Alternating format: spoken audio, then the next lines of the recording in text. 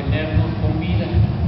Así que si viene otro a querer movernos de esta franja, pues ahí sí tenemos que luchar para poder mantenernos con vida.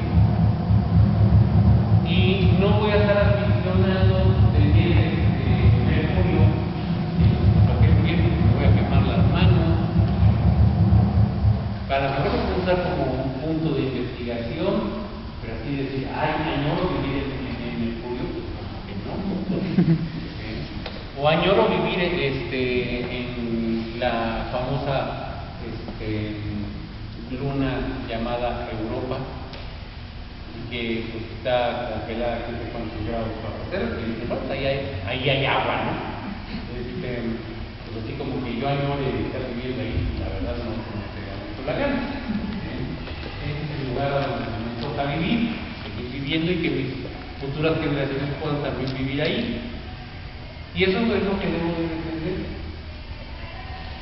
Este método de forma de toma de decisiones tiene una característica. Vamos a dar la vuelta aquí y llevarla al centro para que esté en los rumbos correctos.